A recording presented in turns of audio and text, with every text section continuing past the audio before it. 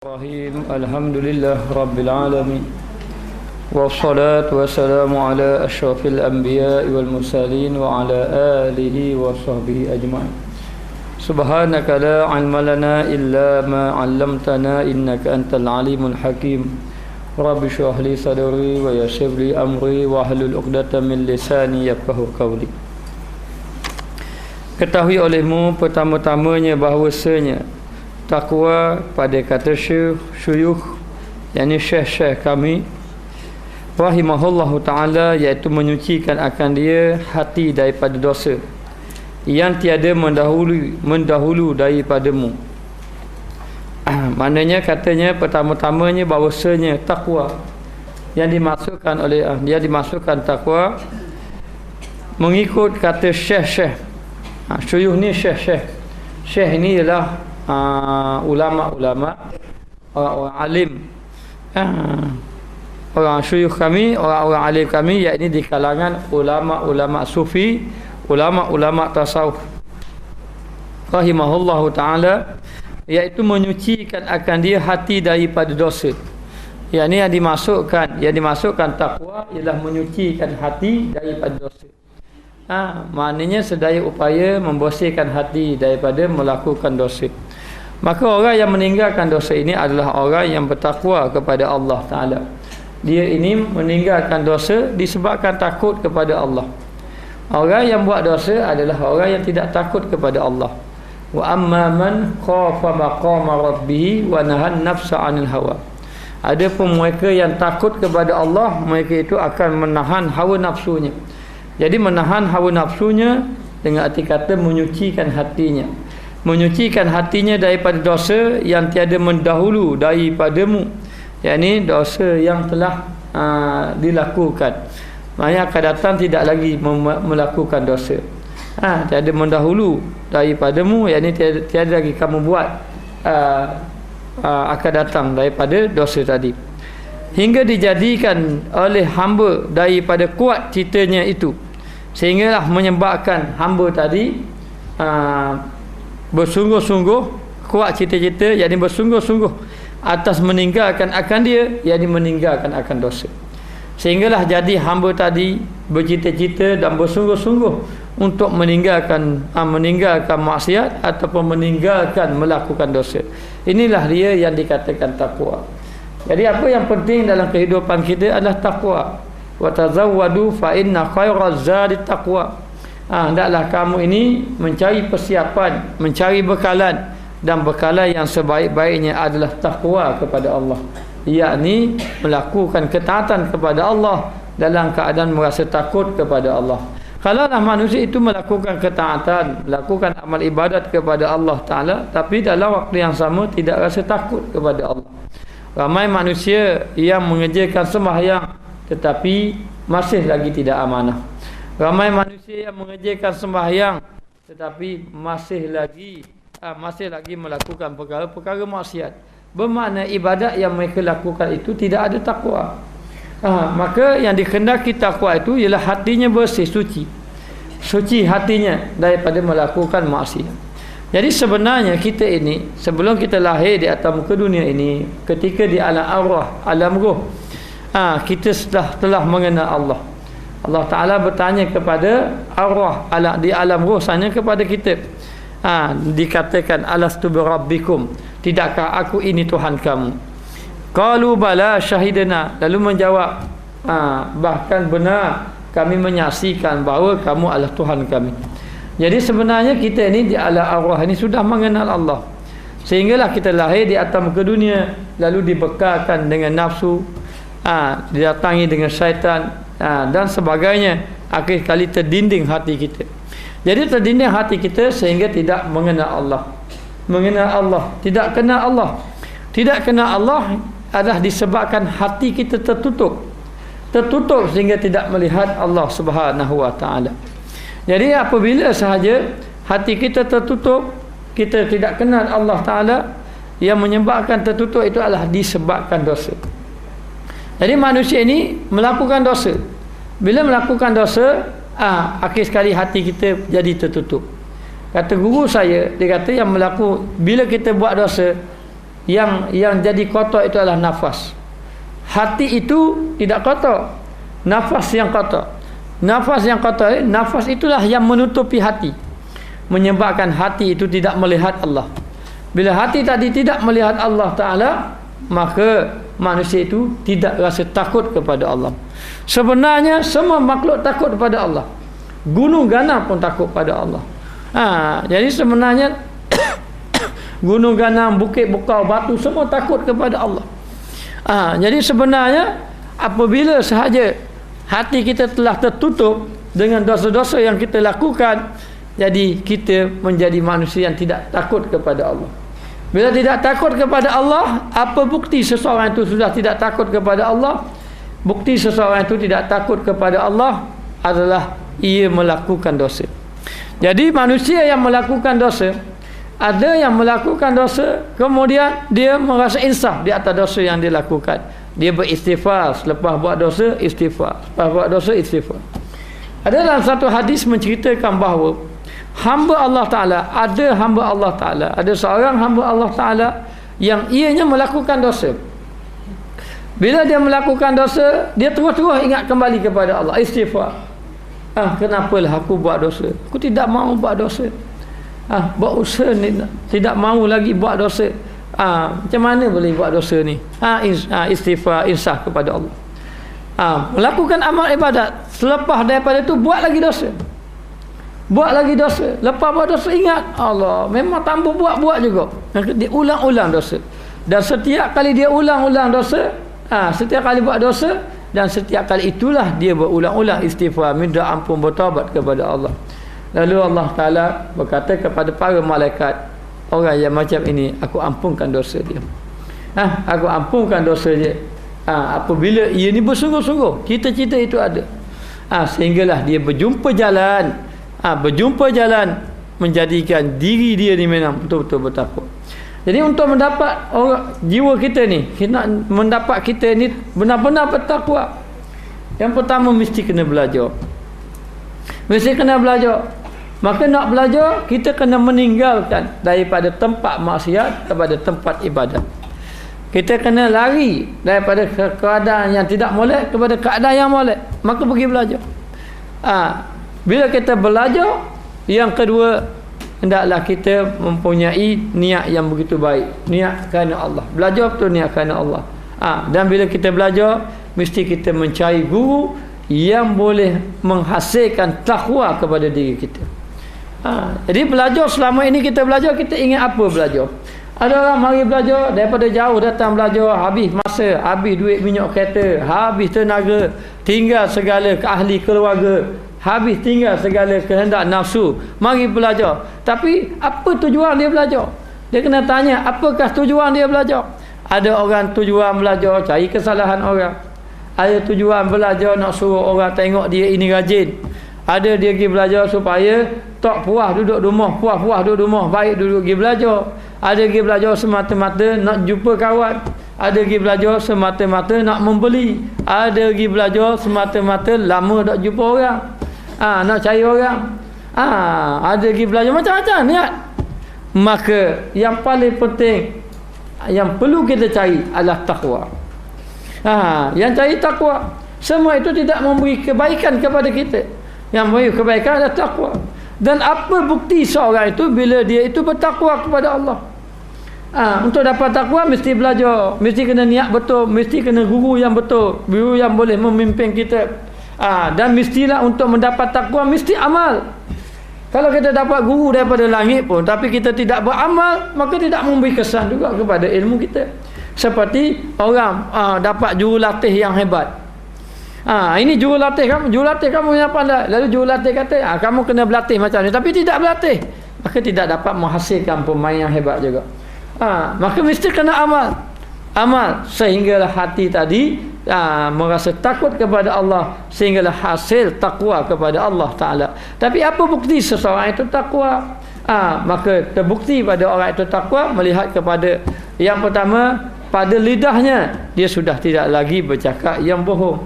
Dia sudah lagi tidak melakukan bercakap perkara yang datang kepada dosa, seperti fitnah, seperti mengumpat, seperti mengadu domba dan sebagainya, dan lidahnya akan berkata dengan perkataan yang baik, perkataan yang memberi kepada kebaikan, bercakap, berzikir, lidahnya akan berzikir, lidahnya akan membaca Quran, dan lidahnya bercakap tentang akhirat. Ini tanda orang itu bertakwa kepada Allah Subhanahu wa taala.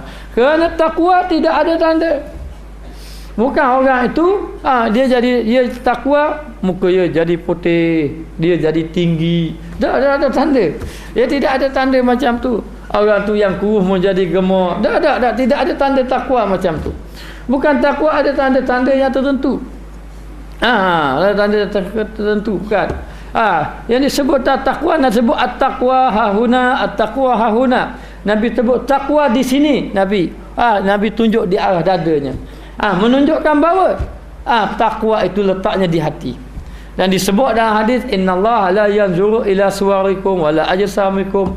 Allah Taala tidak melihat kepada bentuk tubuh dan tubuh badan kamu, tidak melihat kepada wajah kamu, walakin yanzuru ila qulubikum, akan tetapi Allah Taala melihat kepada hati kamu. Jadi yang menjadi baik itu adalah hati. Maka bukti orang itu takwa, pada lidahnya dia tidak akan bercakap perkara yang dusta. Maka pada pandangannya tidak melihat kepada pandangan yang haram. Pandangannya tidak memikir kepada perkara-perkara yang diharamkan oleh Allah. Pada pendengarannya ingin melakukan kebaikan. Hatinya ingin merasa suka apabila mendengar perkara-perkara yang melibatkan agama. Suka kepada perkara-perkara yang melibatkan kebaikan. Ini bukti orang itu ada takwa kepada Allah Ta'ala. Tapi ramai manusia yang tidak mau mendengar kebaikan, menolak kebaikan. Bahkan ketinggian takwa disebut dalam Al-Quran, innamal mu'minuna allazina idza zukirallah wajilat qulubuhum. Sesungguhnya orang yang benar-benar bertakwa apabila dibaca ayat Allah Ta'ala, orang yang benar-benar beriman lagi bertakwa apabila dibaca ayat Allah, yakni apabila didengarkan kepadanya ayat-ayat Allah, wajilat qulubuhum, gementar hati mereka. Gementar hati mereka, merasa takut kepada Allah Ta'ala, hasil daripada mujahadah ataupun hasil daripada takwa yang ada pada dirinya. Maka ini bukti seseorang tadi telah bertakwa kepada Allah Ta'ala. Dan tangan dia tangan yang sentiasa melakukan kebaikan, tangan yang menolong orang, tangan yang menginfakkan harta pada jalan Allah Ta'ala, tangan yang melakukan kebaikan. Dan begitu dia pada kakinya, kaki orang yang bertakwa adalah kaki yang menghala ke arah kebaikan. Kaki yang ingin pergi ke rumah-rumah Allah. Kaki yang sentiasa memakmurkan masjid Allah. Kaki yang sentiasa pergi kepada majlis ilmu. Ini di antara orang yang bertakwa. Dan orang yang bertakwa ini di antara tandanya sedikit mengingati dunia, banyak menangis. Falyadhaku qalilan wal yabku katsiran. Ketawa mereka itu sedikit, menangis mereka itu banyak. Kita ini nak mendabik dada kita takwa, tapi bila kita mengkaji diri kita bahawa kita banyak ketawa daripada menangis. Orang ahli takwa ni banyak menangis daripada ketawa. Sehingga kan Sayyidina Umar Al-Khattab apabila melihat sesuatu saja, memikirkan tentang kebesaran Allah, mereka menangis. Sampai satu ketika Sayyidina Umar sampai pengsan, Pak. Hingga kan dia terkejut. Kalaulah ibuku tidak melahirkan aku selamat, aku tidak dibangkitkan negeri akhirat. Takut. Sayyidina Abu Bakar kata, aku rasa kalau boleh jadi jerami. Tahu jerami?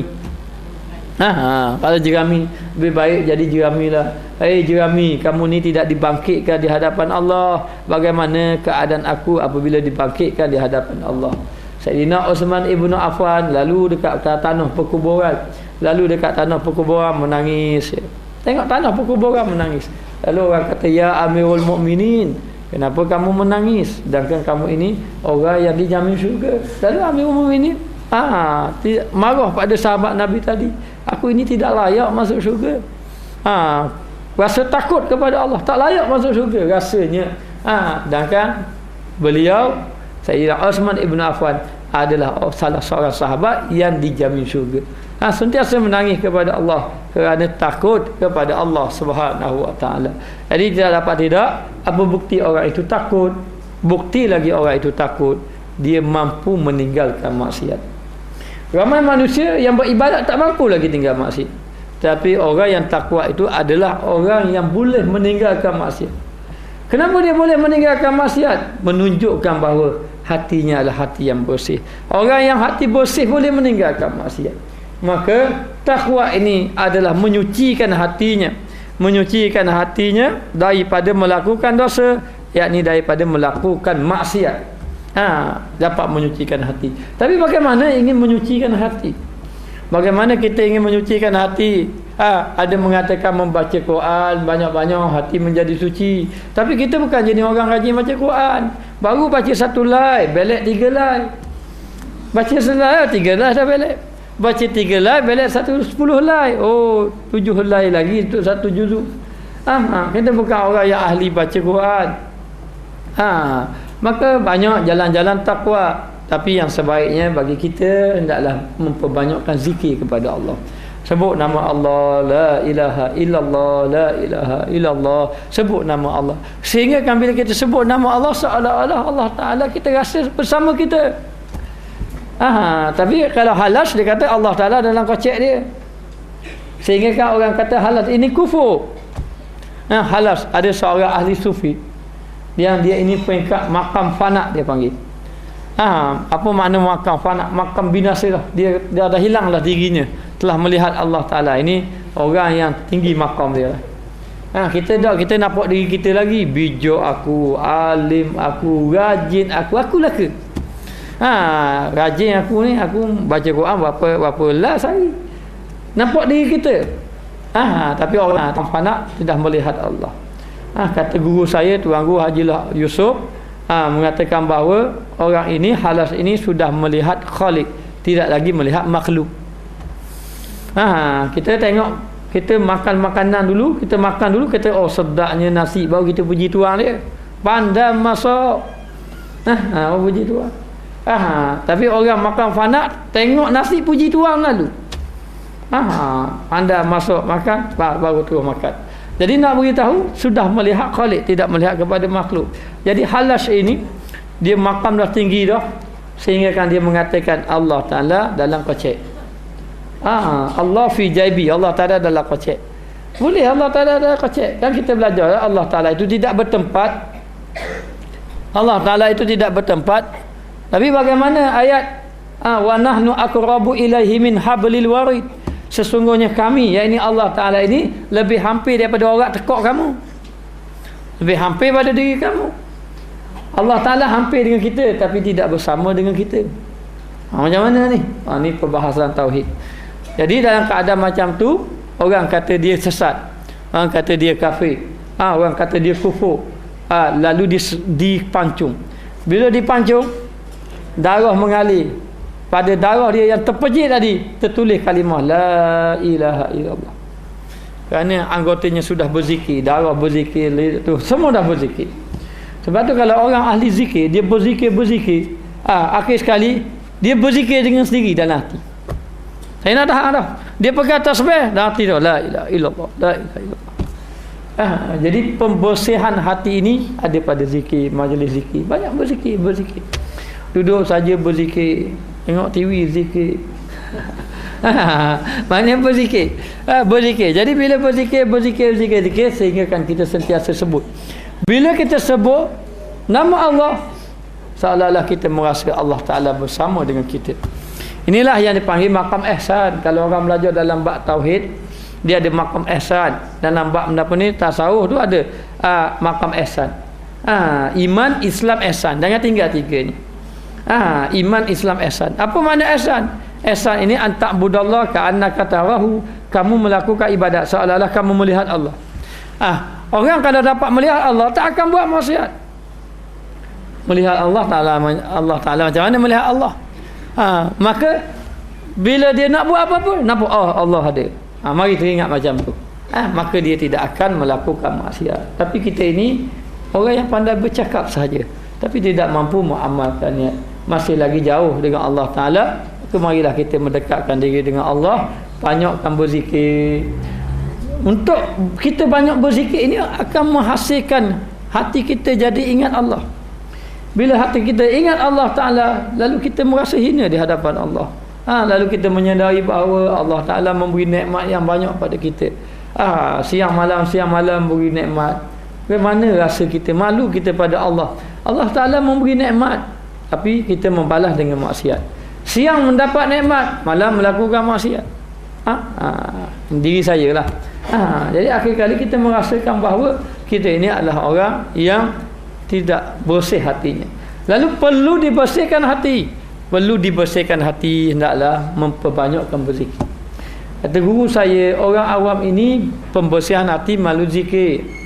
Bila dah habis zikir, dah bersih, dah hati dah ingat Allah, bersihkan hati dengan Quran. Bila dah tinggi sikit Quran, dah kita dah sentiasa dah jelera Quran, bersihkan hati dengan tahajud sembahyang malam. Sembahyang malam. Jadi takwa adalah menghasilkan penyucian hati. Jadi apa yang kita cari hari ini, kita daripada jauh start kereta, bangun pagi-pagi nak belajar ilmu, sebenarnya ingin mencari takwa kepada Allah. Jadi yang paling penting, apa yang perlu kita dapat? Kita mesti mendapat ketakwaan kepada Allah Subhanahu Wa Taala. Apa buktinya? Cita-cita dah kuat dah untuk melakukan ibadat, dalam waktu yang sama cita-cita dah kuat untuk meninggalkan maksiat. Maka dia kata atau meninggalkan akan dia, yakni dosa yang memeliharakan antara hamba. Memeliharakan hamba, takwa ini akan menyebabkan hamba itu terpelihara dan antara segala maksiat, di antara hamba dan maksiat. Maknanya di antara hamba dan juga di antara maksiat. Baina abdi wa baina maksiat. Di antara hamba dan di antara maksiat. Jadi ini kan dapat istilah bahasa Arab, terjemahannya maknanya memelihara, takwa ini memelihara di antara hamba dengan maksiat tadi. Jadi takwa lah yang dapat memelihara. Jadi kenapa orang itu boleh melakukan, meninggalkan maksiat? Kerana ada takwa. Kerana ada takwa dalam hati. Kita boleh kata, saya tidak akan buat maksiat. Tapi kalau kita tidak ada takwa dalam hati, kita tak mampu meninggalkan maksiat. Ramai mana manusia yang ingin meninggalkan maksiat tidak berjaya meninggalkan maksiat. Ramai mana manusia ingin mengekalkan ketaatan kepada Allah tapi tidak berjaya mengekalkan ketaatan. Ramai yang ingin belajar ilmu agama, mana mengekalkan majlis ilmu tapi separuh jalan. Siapa masa tak pergi belajar. Dulu rajin pergi masjid surah. Ni kenapa tak pergi dah? Allah sibuk minta maaf banyaklah. Dah kekal. Dulu bagus sembahyang jemaah tak tinggal. Ni celang ceriduk dah. Kenapa jadi macam tu? Kerana apa? Kerana tidak kuat ketakwaan yang ada di dalam hati. Maka yang perlu kita cari ini takwa. Yang kita belajar ni takwa. Jadi ramai orang ingat mari belajar nak dapat ilmu. Jangan dapat ilmu, dapat takwa. Ilmu yang boleh menghasilkan takwa. Ilmu ini sekadar maklumat saja, sekadar tahu je. Oh, haram tidak boleh. Oh, besar pahalanya sembahyang sunat duha. Oh, kena sembahyang berjemaah, besar pahala. Itu ilmu. Tetapi yang boleh menghasilkan amal adalah takwa. Jadi kata ulama, apa kepentingan ilmu kalau tidak ada amal? Beramal tanpa ilmu itu gila, berilmu tanpa amal itu sia-sia.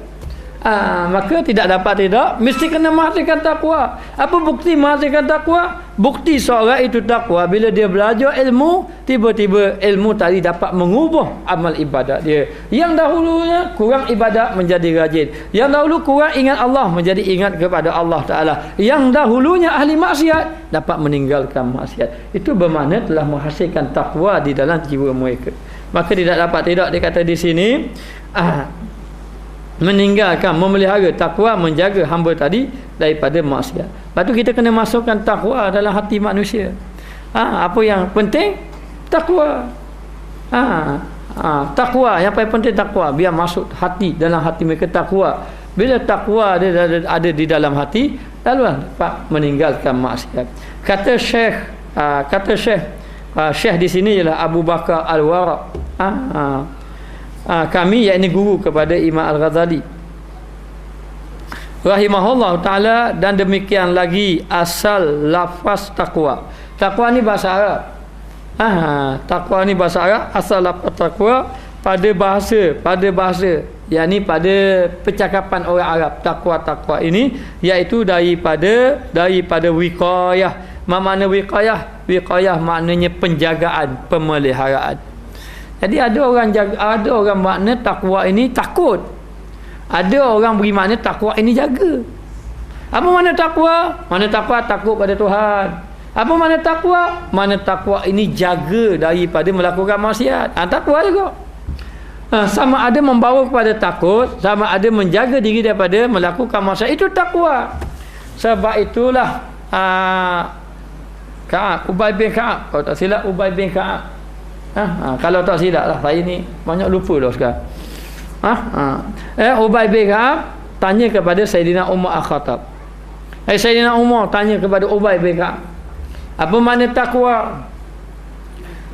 Ubay bin Ka'ab kata, ya Amirul Mukminin, pernahlah Amirul Mukminin berjalan di dalam satu lorong, di salah satu jalan yang mana jalan itu gelap, kemudian ada duri.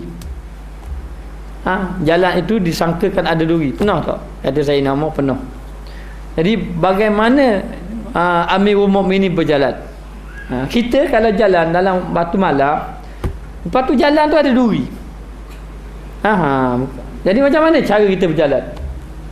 Kita akan hati-hati. Berhati-hati kita berjalan, takut kaki kita kena duri. Lalu kata Amirul Mukminin, saya akan berjalan dalam keadaan berhati-hati. Lalu Ubay bin Ka'ab kata, itulah dia takwa. Jaga-jaga supaya kaki kita tidak terkena duri. Jaga-jaga supaya kita tidak melanggar batas-batas yang telah ditetapkan oleh Allah.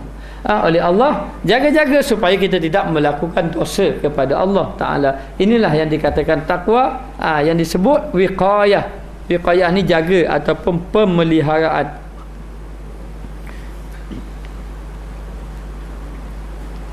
Dikatakan waqa, dan ada juga dikatakan waqa fi'il madi, yaqi mudhari', wiqayatan masdar. Ini bahasa Arab lah. Ada orang belajar bahasa Arab sini? Kalau ada, tanya dia. Yang tanya saya tak pandai bahasa Arab. Waqa yaqi wiqayatan. Waqa maknanya fi'il madi. Apa makna fi'il madi? Perbuatan yang telah lalu. Yaqi sedang berlaku, tengah takut sekarang ni. Tu yaqi. Tengah takwa. Wiqayatan ini dia panggil masdar. Dalam bahasa Melayu panggil nama terbitan. Ketakwaan kepada Allah. Wa waqwa. Maka dituturkan waw, ditukarkan waw akan ter. Waw ditukar jadi ter. Tukar jadi ter. Seperti kata mereka, yakni Arab, dari kalimah Arab pada wuklan dan tuklan, bertukar, waw jadi ter jadi tuklan, maka jadi takwa. Tuklan ini adalah tawakal sebenarnya. Jadi gitu juga. Jadi waqwa, asalnya waqwa, bila waqwa jadi takwa. Asalnya waqwa, kemudian jadi takwa. Ini kita belajar surah bahasa Arab ni, itu bukan kelas bahasa Arab ni. Hanya sebut sajalah takwa. Maka tiba-tiba tak kala hasillah peliharaan. Maka takwa ini bermakna pemeliharaan. Pemeliharaan antara hamba dan antara maksiat. Maka takwa merupakan benteng ataupun pemeliharaan daripada seseorang itu melakukan maksiat.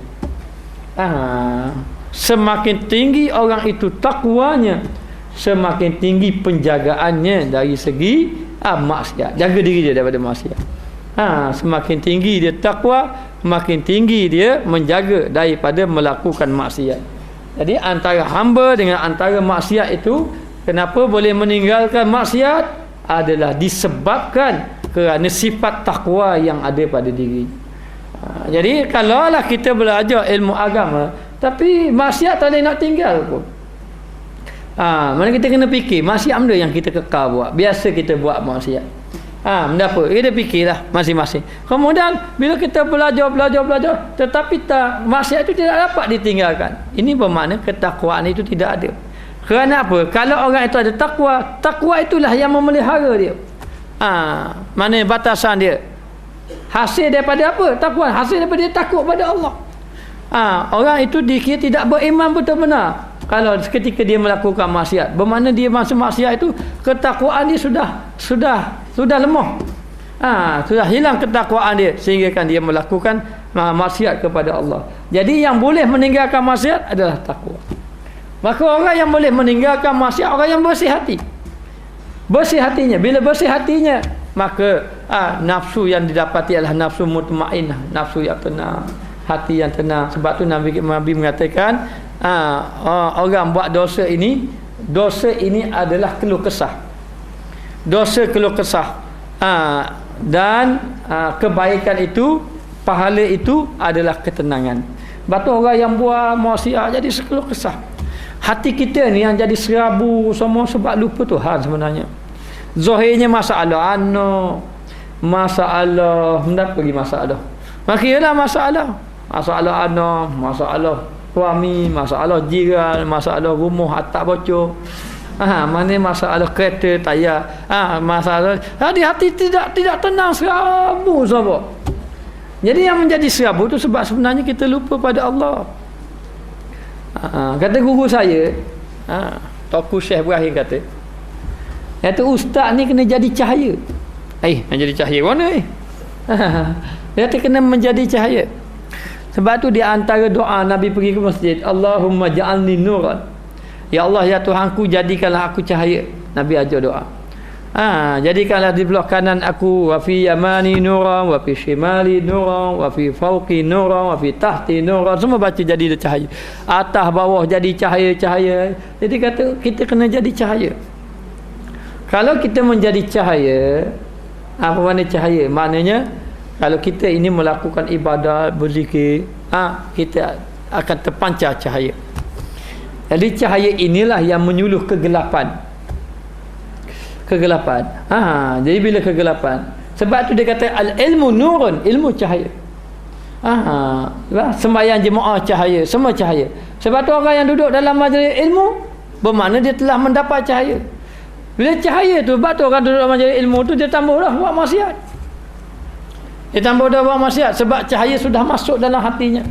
Jadi sebab tu dia kata kita kena jadi cahaya. Bila kita jadi cahaya, sang isteri menjadi cahaya dalam rumah dia, maka akan menyinarkan hati suami dia, anak dia, sampai dia jadi baik dan ahli keluarga jadi baik belaka. Anak pun jadi turut kata dia, suami pun jadi suami yang baik pula, jadi berubah dia sebab dirinya menjadi cahaya. Suami gitu juga, bila suami menjadi cahaya, maka isteri pun akan menjadi baik, anak dia jadi baik. Kerana apa? Kerana dirinya telah menjadi cahaya. Cahaya inilah cahaya ketakwaan kepada Allah. Orang yang ada cahaya adalah orang yang rasa takut pada Allah. Cahaya takut pada Allah. Maka demikianlah kita kena jadikan diri kita ini takut kepada Allah. Jadi cahaya ini yang suluh maksiat. Tak molek maksiat ni baru nampak. Kalau tidak duduk dalam gelap buat maksiat, rasa gembira, rasa suka dengan maksiat. Ini hati yang tertutup. Gelap, hati yang mati. Kita bimbang, maka tidak takwalah jangan dapat meninggalkan seorang tu maksiat. Maka dia kata daripada kuat azam, kuat cita-citanya atas meninggalkan akan dia, atas meninggalkan maksiat. Jadi takwa ini dengan takwa ini akan menghasilkan kuat keazaman dia, kuat cita-cita dia. Cita-cita apa? Cita-cita nak meninggalkan maksiat. Dan ditetapkan hatinya, dia pun tetapkan dalam hatinya di atas yang demikian itu, atas ingin meninggalkan maksiat. Orang yang betul-betul takwa, dia mari tak tinggal maksiat. Maka maka disifatkan akan dia ketika itu orang yang muttaqin, iaitu orang yang bertakwa. Muttaqin itu orang yang bertakwa. Ada satu kisah saya baca dalam kitab Imam Ghazali juga, Mukasyafatul Qulub. Dia datangkan satu kisah. Jadi kita baca ni terjemahan dia. Kisah mengenai ada satu keluarga yang ditimpa musibah, yang hidup dia susah. Lalu keluarga itu mendapat penghinaan. Suami dia ini tidak rezeki pun payah. Jadi sehingga kan isteri dia pergi mencarilah, mencari tu suami dia pun suruh isteri dia cari rezeki juga, carilah, minta lah cari dengan orang ke kerja apa ke. hari. Sehinggalah sang isteri tadi pergi berjumpa dengan orang kaya. Jadi sampai satu peringkat anak dia dah menangis dah, menangis dah, tidak ada makanan dah. Tidak ada makanan, lapar, menangis dia. Jadi akhir sekali suami dia ni, isteri dia pergi rumah orang kaya. Tapi orang kaya tu orang kaya yang jahat akhlaknya. Kata orang kaya tadi, kalau kamu inginkan harta kamu nak tu, maka serahkan dirimu pada aku, kata lelaki yang jahat tadi. Lalu orang perempuan tadi ni balik, tidak mahu. Perempuan ni perempuan yang soleh, tidak mahu. Tapi bila dia balik, dia tengok anak dia sudah tidak membanya, menangis. Sebut ibu cari makanan, ibu cari makanan. Dia pun tak ada arah cari kat lain, rasa tak nampak jalan dah. Ada orang tu seorang nak bagi harta, tapi orang tu jahat. Dia pergi pula kali kedua. Orang tu tanya soalan yang sama, dia pun angguk. Lalu lelaki tadi pun agak dia pergi di suatu tempat, dia menjadi gementar hati dia, gementar rasa takut. Lalu tubuh dia menggigil, muka dia jadi pucat, dia menggigil. Lalu dia menangis. Lalu lelaki tadi kata, apa yang kamu takut? Tidak ada orang dah, aku akan bagi kamu harta yang banyak. Dia kata betul, tidak ada orang. Dia pun menangis, menggigil. Lalu dia kata, ketahuilah, ada yang melihat adalah Allah. Aku sangat takut kepada Allah. Kalaulah tidak sabit kerana anak aku yang kelaparan tadi, yang kalau aku tidak mencari harta nanti menyebabkan anak aku akan kematian, mati, maka aku tidak akan pergi ke rumah ini, kata wanita tadi. Lalu lelaki tadi tengok, terus mari insaf, dia pun ambil harta dia, beri pada tu, baliklah kamu, dia kata. Dan dia minta maaf pada wanita tadi, suruh wanita tadi balik, dan dia menangis. Dia kata, ya Allah, wanita ini takwa dalam fakir. Wanita ini takwa dalam fakir. Mana wanita ini dia fakir tapi dia takwa pada Allah. Tak ada makanan pun ingat lagi Allah, tak ada surat ingat Allah Ta'ala. Ada aku ini maksiat dalam kaya. Dia pun menangis pada Allah, sehingga kan dia bagi harta dia, wanita tadi sabit dia bagi jadi kaya. Lalulah datangnya Nabi Musa alaihissalam berjumpa dengan lelaki tadi. Ini zaman Nabi Musa. Lalulah Nabi Musa didatangi oleh malaikat Jibril. Nabi Musa kata, inilah lelaki yang bertakwa. Nabi Musa kata pada lelaki tadi, saya rasa kamu ini ada kebaikan yang kamu lakukan, sehingga kamu datangnya malaikat Jibril mengatakan kepada aku bahawa kamu ini adalah orang yang bertakwa. Apakah yang menyebabkan kamu ini digolongkan, dipilih di kalangan orang yang bertakwa? Lalu lelaki tadi menceritakan bahawa dulu saya adalah ahli maksiat yang jahat, bercita-cita ingin melakukan kejahatan kepada seorang wanita yang fakir, tetapi wanita itu wanita yang takwa, yang soleh, menyebabkan saya insaf, saya rasa takut kepada Allah Ta'ala. Saya habiskan harta saya beri kepada wanita tadi, sehingga wanita tadi jadi kaya, dan saya lebih senang dalam keadaan begini, dalam keadaan takwa kepada Allah. Lalulah Nabi Musa pun memfaham, meninggalkan lelaki itu dan mengakui bahawa lelaki itu adalah lelaki yang takwa kepada Allah. Jadi sebenarnya nilaian ibadat kita melihat kepada kemampuan kita meninggalkan maksiat. Ramai buat ibadat tapi tak mampu tinggal maksiat. Maka takwa bukan melihat pada banyak ibadat. Ramai manusia yang buat amal ibadat, tetapi ibadat itulah yang menyebabkan dia jauh dengan Allah. Bukan melihat kepada, yang melihat kepada kita dekat dengan Allah adalah takwa. Takwa yang menyebabkan seorang tadi jadi mulia adalah takwa. Kalau orang kaya yang takwa, dia lebih mulia. Kalau orang miskin takwa, dia itu mulia. Maka kemuliaan bukan letak kepada kekayaan, bukan letak pada pangkat, bukan letak pada kehebatan, bukan letak kepada kebesaran, bukan letak kepada pengaruh yang ramai. Tidak semestinya pengaruh yang ramai, pengikut yang ramai, harta yang banyak itu takwa, tidak semestinya begitu. Tapi takwa melihat kepada seorang itu meninggalkan maksiat, merasa takut kepada Allah Subhanahu wa taala. Maka dia kata di sini, dia kata orang yang takwa adalah orang yang dapat jaga diri dia daripada maksiat. Itulah dia orang muttaqin. Jadi orang yang takwa sifat dia apa? Kenapa dia boleh meninggalkan maksiat? Orang yang boleh meninggalkan maksiat ni yang pertama, dia ini orang yang sentiasa ingat mati. Ini orang boleh tinggal maksiat. Kalau tak ingat mati, kalau tak ingat mati, biasanya dia mudah buat maksiat. Yang pertama ingat mati. Yang kedua, orang yang sentiasa ingat dosa pahala. Yang ketiga, orang yang sentiasa mengingati neraka. Yang keempat, orang yang menyedari di atas dosa yang dia lakukan. Yang kelima, orang yang tidak merasa besar di atas ibadat yang dia lakukan. Kita merasa banyak ibadat kita, lepas tu kita rasa biasa. Puasa nak buat dah, alhamdulillah. Puasa nak mengaji Quran, buat dah. Boleh mengaji, alhamdulillah. Merasa banyak ibadat yang kita lakukan. Orang ini dipanggil orang yang tertipu daya dalam ibadat yang dia lakukan. Maka tidak dapat reda, mestilah kita ini mencari jalan takwa pada Allah Subhanahu wa taala. Baik dia kata di sini. Dan dikatakan kerana yang demikian itu tabri'ah. Mana tabri'ah? Tabri'ah ni lepas. Melepaskan, yakni melepaskan diri daripada dosa. Orang takwa ni dipanggil orang tabri'ah, orang lepas diri. Lepas diri apa? Lepas diri daripada dosa. Orang takwa ni orang yang menjaga dirinya daripada takut, daripada dosa. Lalu ulama mengatakan at-taqwa ialah imtisalu awamirillah wa jatinabu nawahihi sirran wa alaniyah. Sesungguhnya takwa itu orang yang melakukan apa yang Allah Ta'ala perintahkan kepadanya, meninggalkan apa yang Allah Ta'ala larang kepadanya, sama ada dalam keadaan terang ataupun dalam keadaan tersembunyi. Tersembunyi, sama ada tersembunyi terang, dia boleh tinggalkan maksiat. Inilah takwa.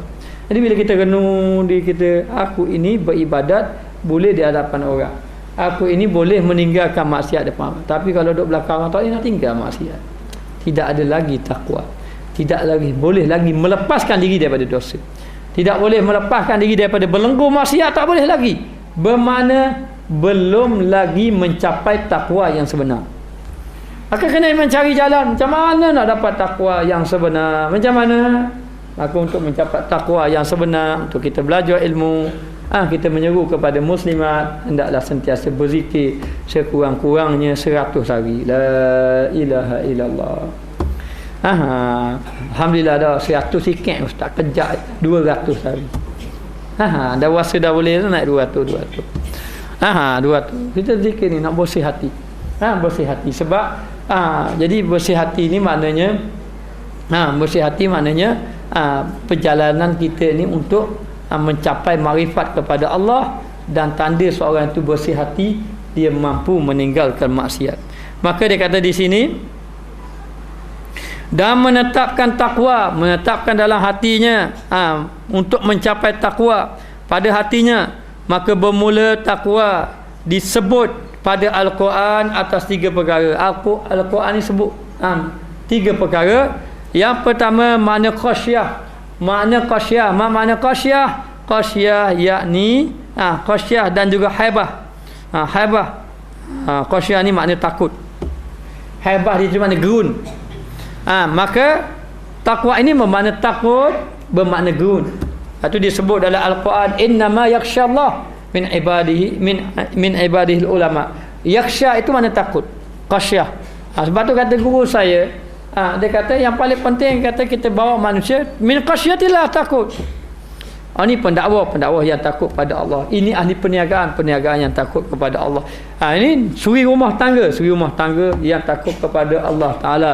Ini kaki tangan kerajaan yang takut kepada Allah. Ini kaki tangan awam, swasta yang takut kepada Allah Ta'ala. Di mana saja, ittaqullaha haitsuma kunta, dalam satu hadis, hendaklah kamu takut kepada Allah di mana saja kamu berada, dengan arti kata hendaklah kamu meninggalkan maksiat di mana saja kamu berada. Tinggalkan maksiat. Tapi nak tinggalkan maksiat adalah dengan cara bertakwa kepada Allah Subhanahu wa taala. Maka dia kata di sini, orang yang takwa ini adalah orang yang takut pada Allah, takut dengan arti kata merasa hebat kepada Allah. Itu kata takut. Takut dah Allah takut. Lalu Allah Ta'ala timpakan wabak H1N1. Takut ni. Takut. Takut pada Allah. Siapa yang turun wabak? Siapa yang nurunkan bala? Allah Ta'ala. Kenapa? Dia berlaku nak uji kita. Allah Ta'ala nak uji kita. Kalau Allah Ta'ala beri ujian, takut. Takut pada Allah. Jadi apa bukti takut dia? Dia beli topeng pakak.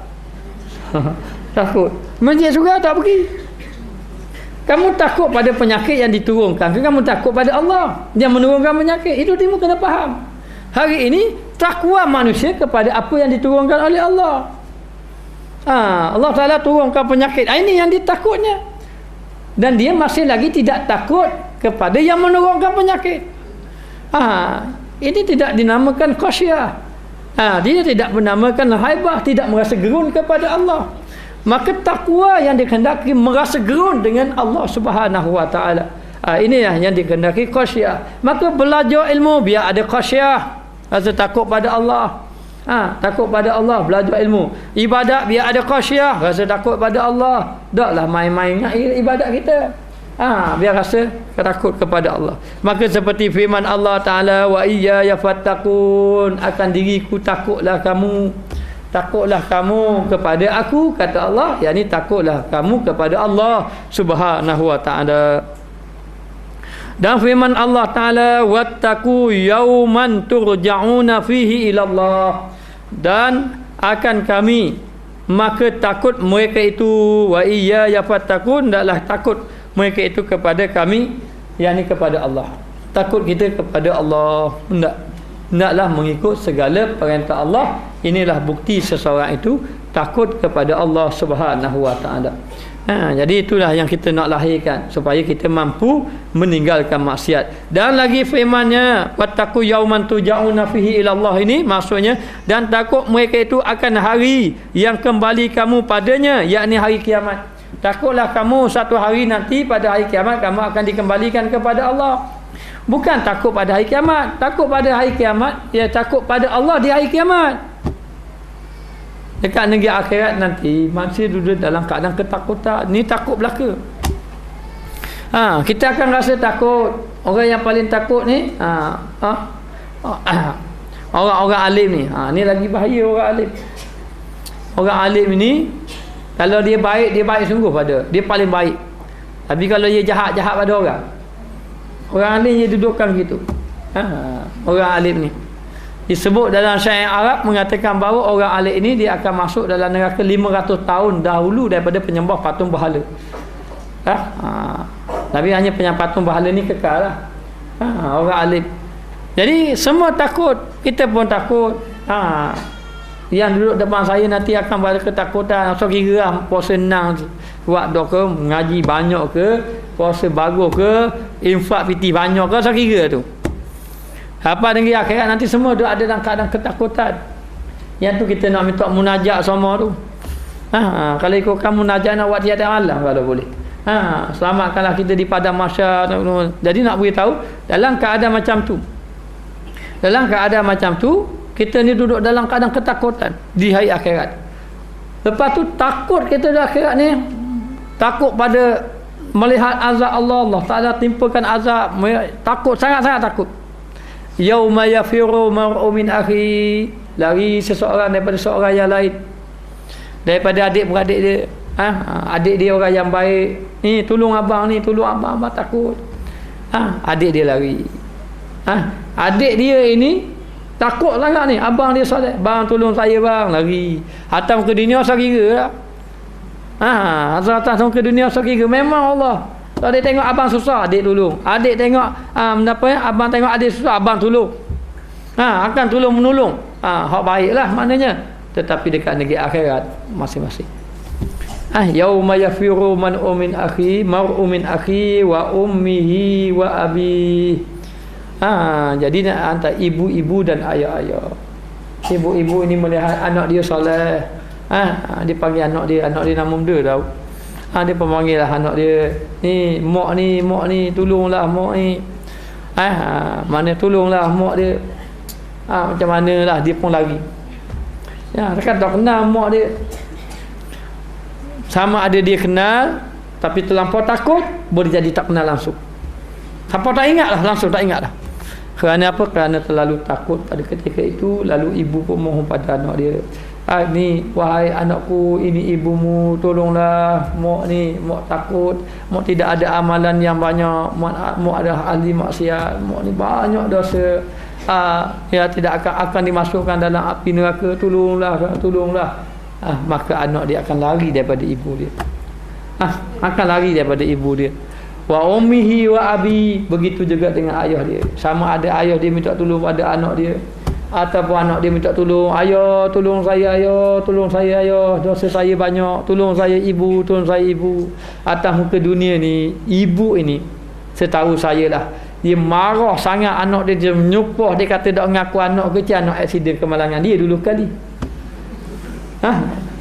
Dia marah sangat anak dia, tak ada anak dia ni tak pakar kali dia marah. Tapi bila anak dia kemalangan, anak dia susah, dia dulu kali. Ini sifat kasih sayang ibu. Yang saya faham begitulah.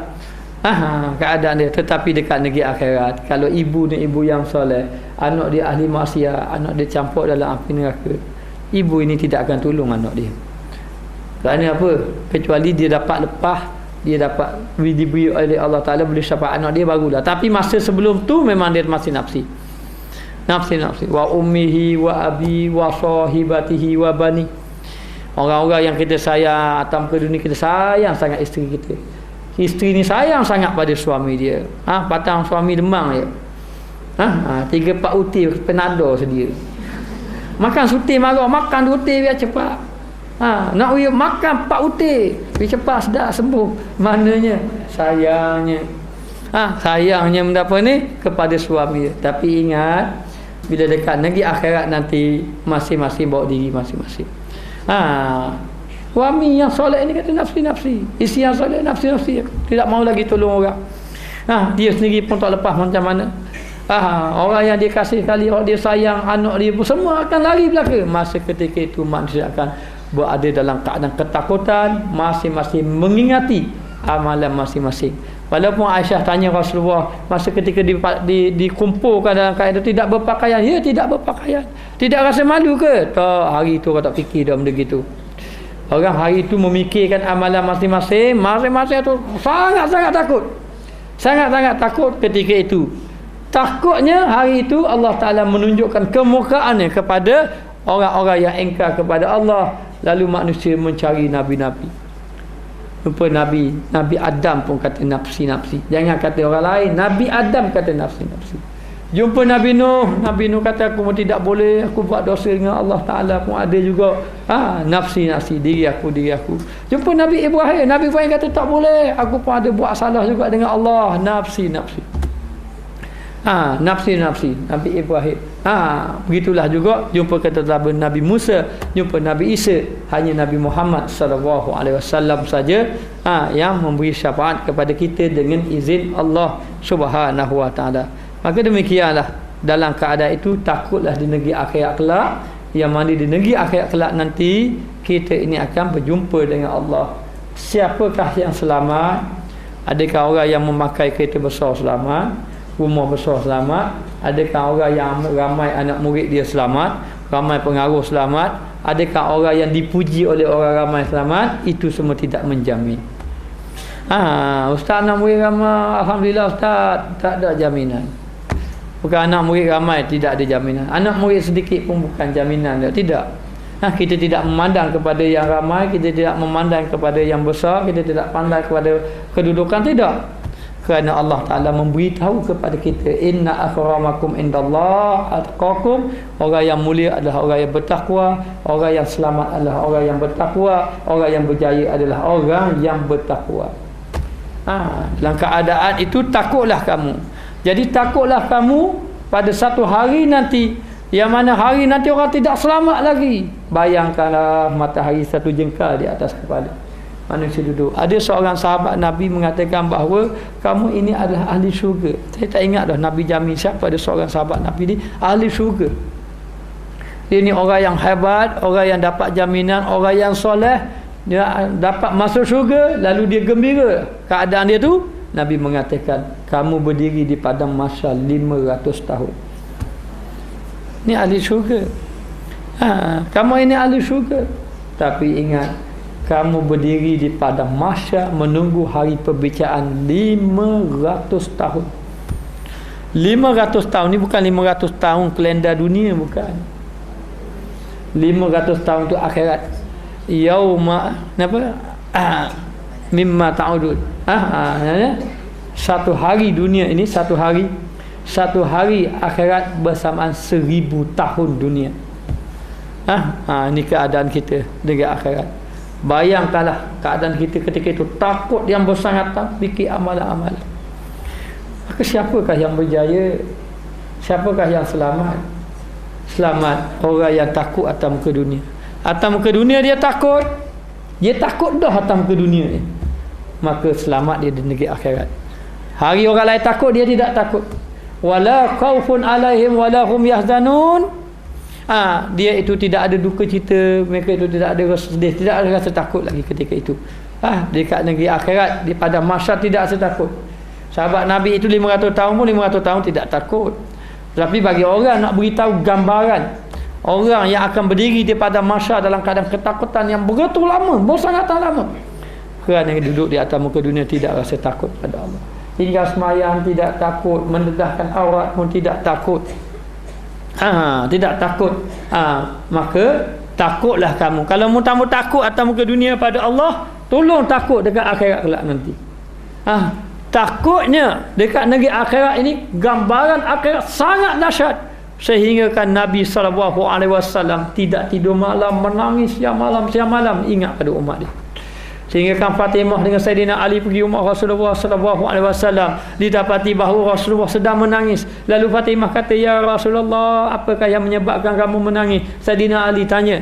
Lalu Rasulullah mengatakan, aku teringatkan kepada umatku kat negeri akhirat. Lalu Nabi cerita.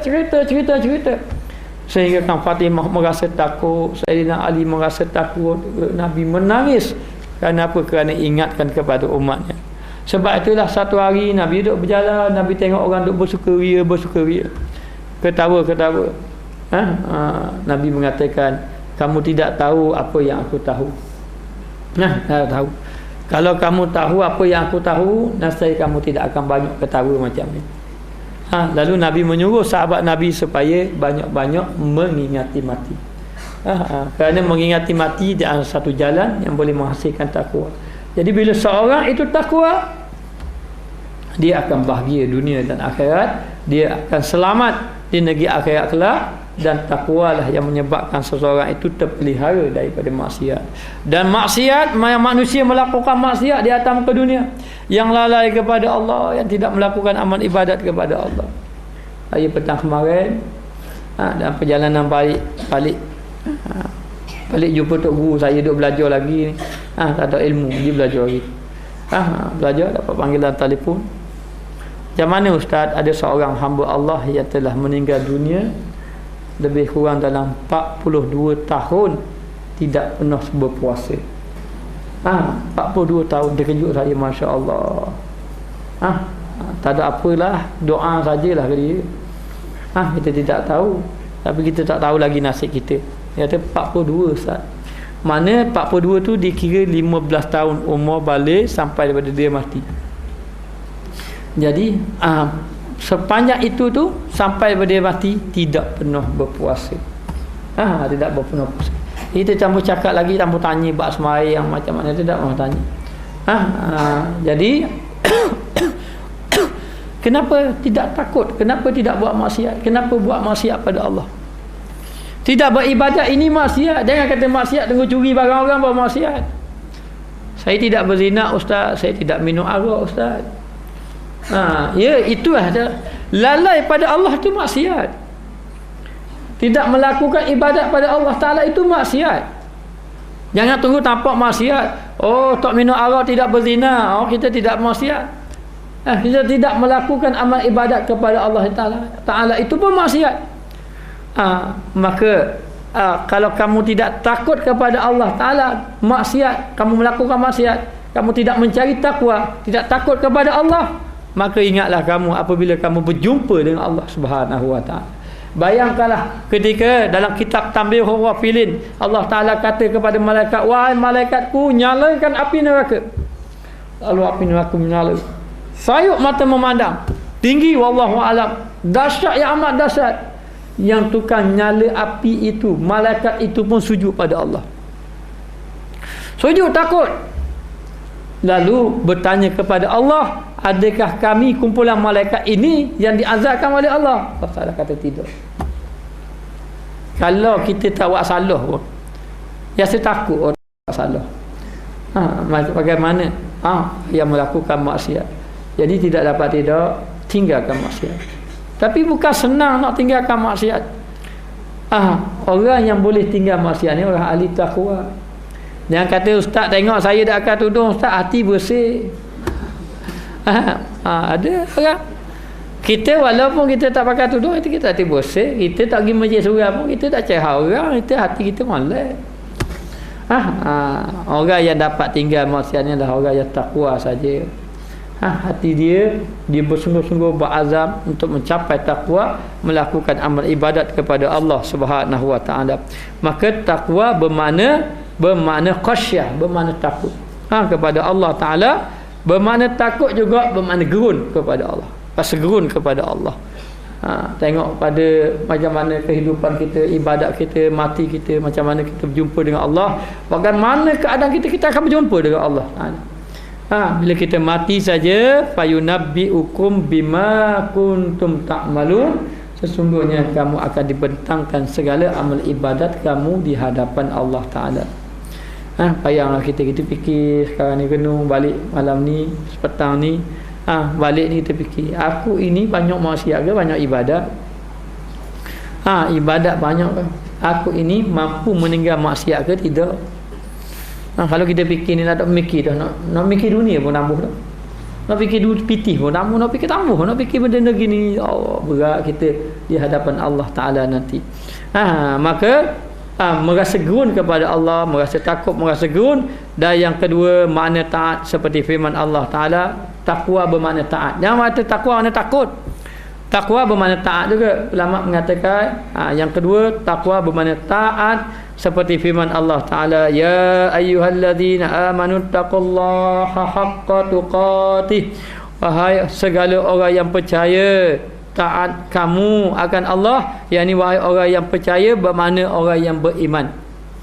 Wahai orang yang beriman, taatlah kamu akan Allah. Ittaqu tu takut, dengan arti kata taatlah kamu kepada Allah. Taatlah. Sembahyang jangan tinggal.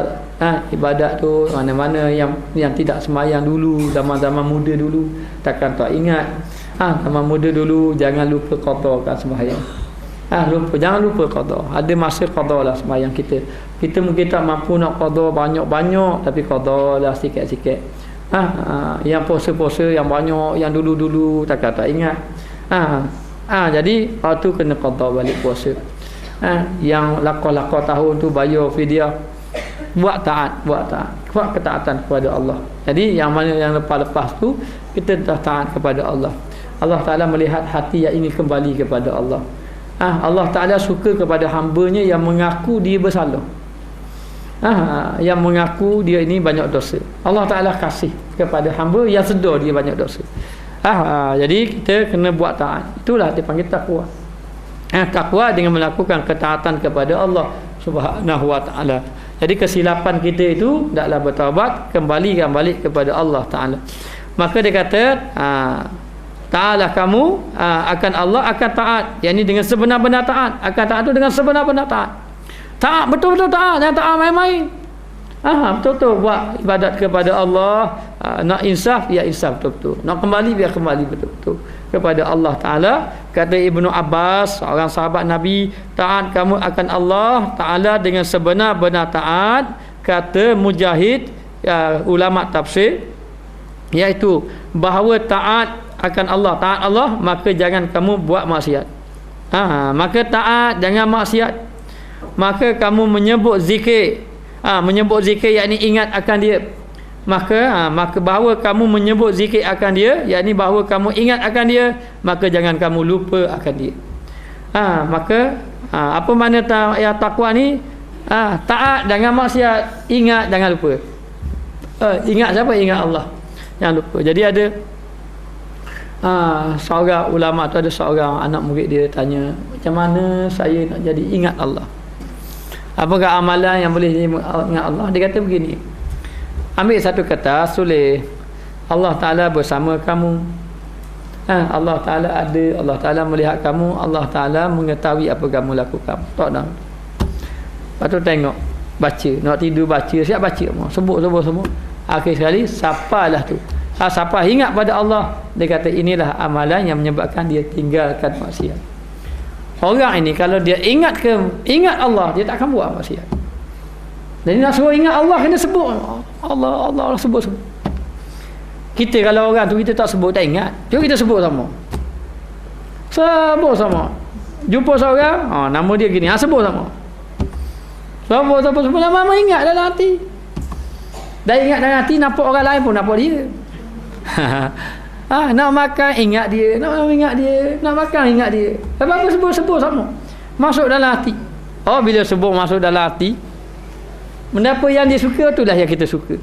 Benda apa yang nak, itulah kita buat. Mandi pun tak basah. Masa ketika tu dah ingat dah. Ini. Sebab tu kita membicarakan tentang cinta hari ni. Kita cakap tentang cinta. Cinta yang kita cakap tentang cinta ni, cinta Allah. Supaya kita cinta Allah. Jadi nak cinta Allah, kita cari Allah. Cari Allah, sebut nama Allah, sebut nama Allah. Duduk ramai-ramai cakap ingat, sebut nama Allah. Akhir-akhir jadi ingat Allah, cinta pada Allah. Jadi bila cinta pada Allah, orang yang dia kasih, dia tidak akan buat sesuatu yang kekasih dia benci. Dia akan buat sesuatu yang kasih dia suka. Maka kalau dia kasih kepada Allah, apa yang Allah Ta'ala benci? Maksiat, maka dia akan tinggal maksiat. Jadi kaedah dia gitu. Untuk dapat tinggal maksiat, tanamkan cinta pada Allah. Untuk mendapatkan meninggalkan maksiat, tanamkan takwa dalam hati. Kita belajar jangan buat maksiat begini, tapi tak ada rasa takwa, tak ada mai takwa dalam hati, tidak akan mampu tinggal maksiat. Maka naklah kamu nak dapatkan takwa, ibadat, kena ibadat kepada Allah dengan sebenar-benarnya. Maka ibadat dengan hati kata, buat amal ibadat, buat ibadat, jangan tinggalkan maksiat. Ingat, jangan lupa. Ingat Allah, maka jangan lupa kepada Allah. Bahawa kamu syukur, maka syukur kepada Allah, jangan kufur kepada Allah. Syukur, maka jangan kamu kufur. Apa makna syukur? Yakni syukur atas nikmat Allah Ta'ala. Dengan segala nikmat yang Allah Ta'ala berikan kepada kita, kita gunakan pada jalan kebaikan. Bagai contoh, yang duduk depan saya ada nikmat kaki. Kaki siapa kita? Kerana kaki kita siapa sini. Kita ada nikmat mata, kita siapa di sini. Kita ada nikmat telinga, kita mendengar ilmu. Kita ada nikmat mulut, kita mendengar, kita bercakap perkara yang baik. Maka apa-apa nikmat yang Allah Ta'ala beri kepada kita, maka kita gunakan jalan yang diredai oleh Allah. Itulah dia panggil syukur. Tetapi jangan kufur pada Allah. Apa makna jangan kufur? Allah Ta'ala beri kita nikmat, kita guna pada jalan lain. Kita guna pada jalan lain. Allah Ta'ala beri kita akal, beri kita tangan, kaki, maka kita tak pergi tempat kebajikan, kita tak pergi kepada perkara-perkara yang baik, maka kufur. Lalu disebut oleh Allah, la in syakartum la azidannakum wa la in kafartum inna azabi lasyadid. Sesungguhnya sesiapa yang bersyukur kepada nikmat aku tambah. Kalau syukur aku tambah. Tapi ingat, kalau kufur, azab aku amat pedih. Maka katanya orang yang takwa ini, dia ini syukur tetapi tidak kufur kepada Allah Subhanahu wa Ta'ala. Dan yang ketiga, wallahu a'lam, kita sambung akan datang.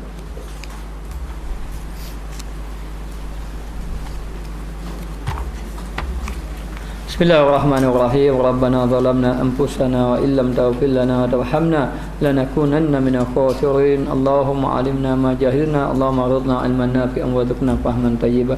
Ya Allah, ya Tuhan kami, ampunilah segala dosa-dosa kami, ya Allah. Jadikanlah kami orang yang bertakwa, ya Allah. Jadikanlah kami orang yang dapat meninggalkan maksiat, ya Allah, ya Tuhan kami. Sesungguhnya kami telah bercuba sedaya upaya, bersungguh-sungguh, ya Allah, untuk meninggalkan maksiat, tetapi kami masih lagi tidak berjaya, ya Allah. Ya Allah, ya Tuhan kami menyadari bahawa Engkau telah memberi nikmat yang banyak kepada kami, tetapi kami telah membalas dengan maksiat kepada-Mu, ya Allah.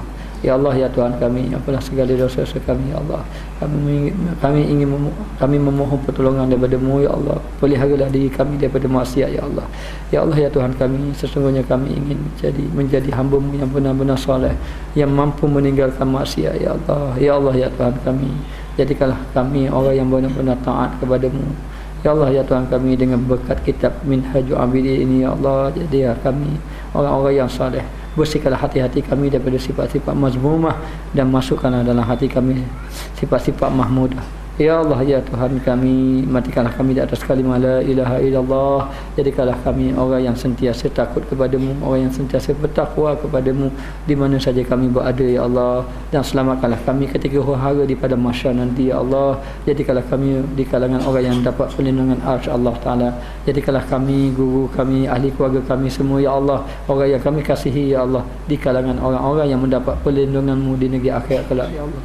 Rabbana atina fid dunya hasanah wa fil akhirati hasanah wa qina adzabannar. Wa sallallahu ala sayidina Muhammad wa ala alihi wa sahbihi wasallam walhamdulillahi rabbil alamin.